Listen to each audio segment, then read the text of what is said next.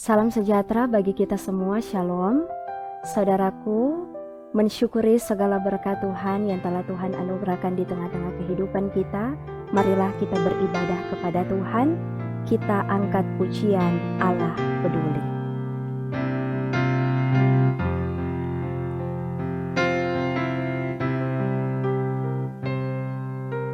Banyak perkara yang tak dapat ku mengerti, mengapakah harus terjadi di dalam kehidupan ini. Satu perkara yang ku simpan dalam hati, tiada satu pun yang terjadi tanpa Allah peduli. Allah mengerti, Allah peduli segala persoalan yang kita hadapi. Tak akan pernah dibiarkannya ku bergumul sendiri, sebab Allah mengerti.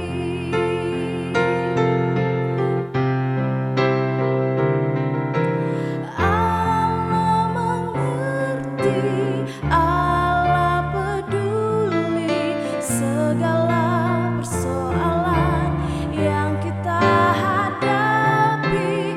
Tak akan pernah dibiarkannya ku bergumul sendiri, sebab Allah mengerti.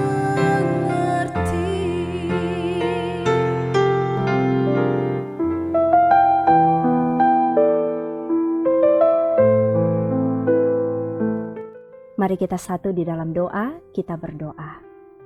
Tidak ada hal yang dapat menghentikan kami untuk menaikkan ungkapan syukur kami kepada Tuhan. Karena kami merasa bahwa sampai detik ini kami masih tetap terus menikmati segala berkat-berkat yang Tuhan masih percayakan dalam kehidupan kami semua. Maka untuk mensyukuri segala berkat yang telah Tuhan anugerahkan di tengah-tengah kehidupan kami ingin beribadah kepada Tuhan.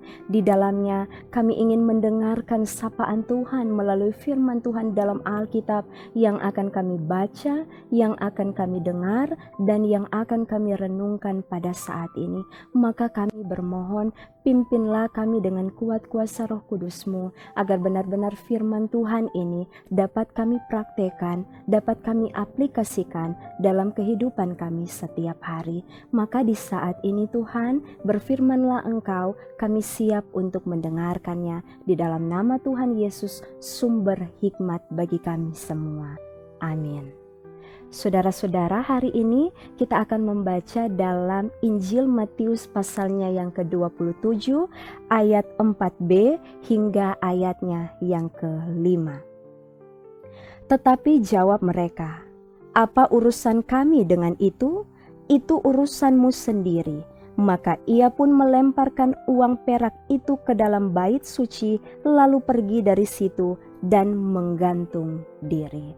Saudara-saudara, tema perenungan kita di saat ini, itu urusanmu sendiri. Saudara-saudaraku, apakah saudara-saudara pernah memakan buah kedondong?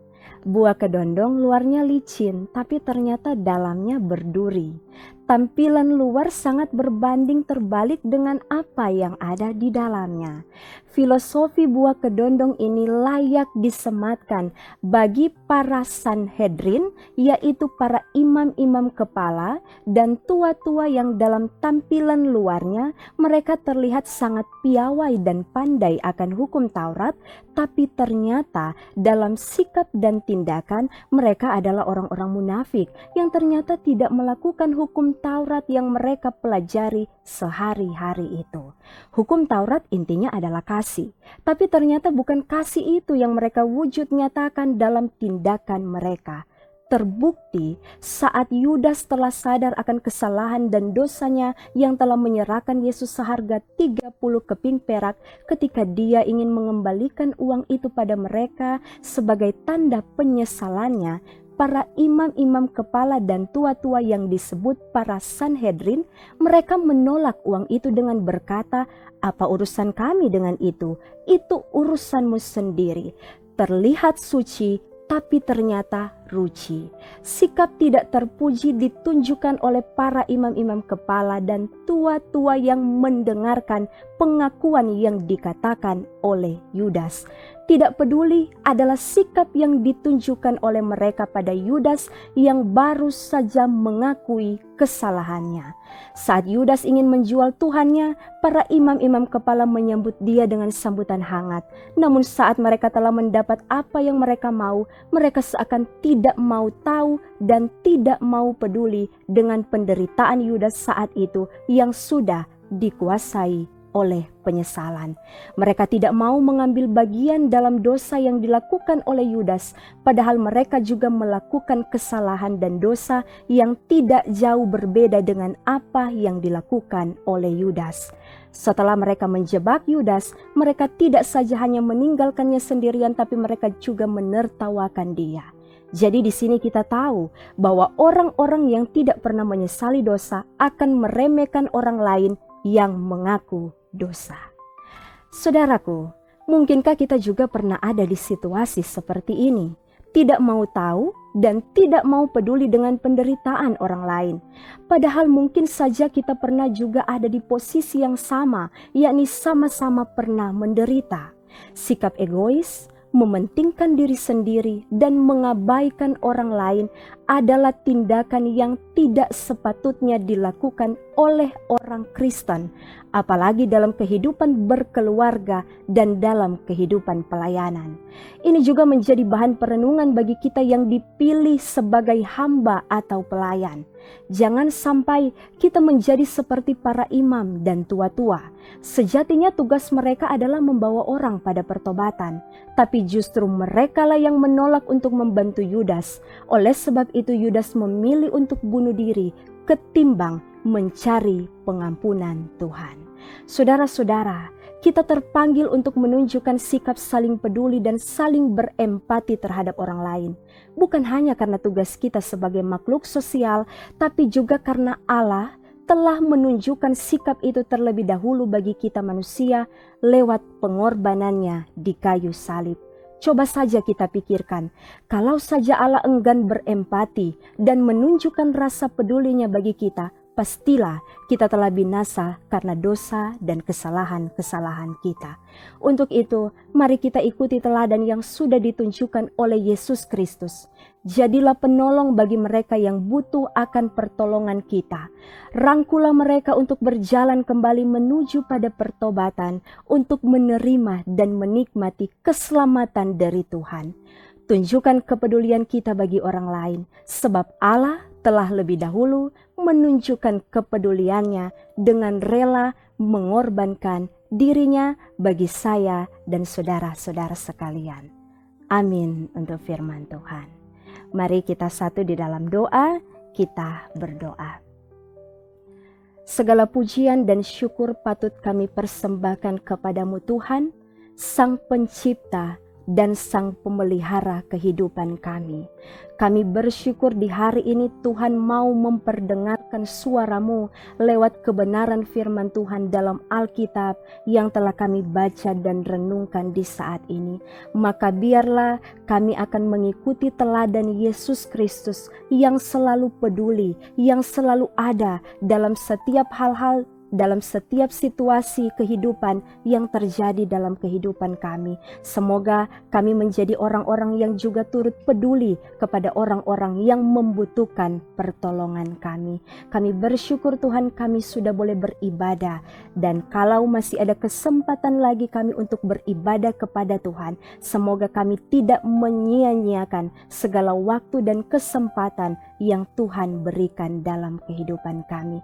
Bersyukur Tuhan untuk jemaat-Mu yang sudah mengikuti pelayanan ibadah lewat YouTube ini. Kiranya diberkatilah kami semua yang sudah beribadah kepada Tuhan. Diberkati seluruh tugas, tanggung jawab, aktivitas, pekerjaan, pelayanan, usaha kami semua. Kiranya selalu diberkati oleh Tuhan. Dan kalau kami sudah diberkati, mampukan kami untuk menjadi berkat bagi orang-orang yang ada di sekitar kami. Berdoalah untuk saudara-saudara kami yang saat ini sementara ada dalam pergumulan. Entahkah karena masalah pribadi, masalah hubungan, masalah ekonomi, tapi juga mereka yang bergumul karena sakit penyakit. Tuhan, hadirlah bersama dengan mereka yang membutuhkan pertolongan-Mu. Ingatkanlah mereka bahwa mereka tidak berjalan sendiri. Ada Tuhan yang akan menemani, ada Tuhan yang akan menolong, dan ada Tuhan yang akan menyertai. Maka inilah kami Tuhan yang berdoa dalam nama Tuhan Yesus. Akan kami aminkan doa ini dengan doa Bapa kami. Bapa kami yang di sorga, dikuduskanlah namamu, datanglah kerajaan-Mu, jadilah kehendak-Mu di bumi seperti di sorga.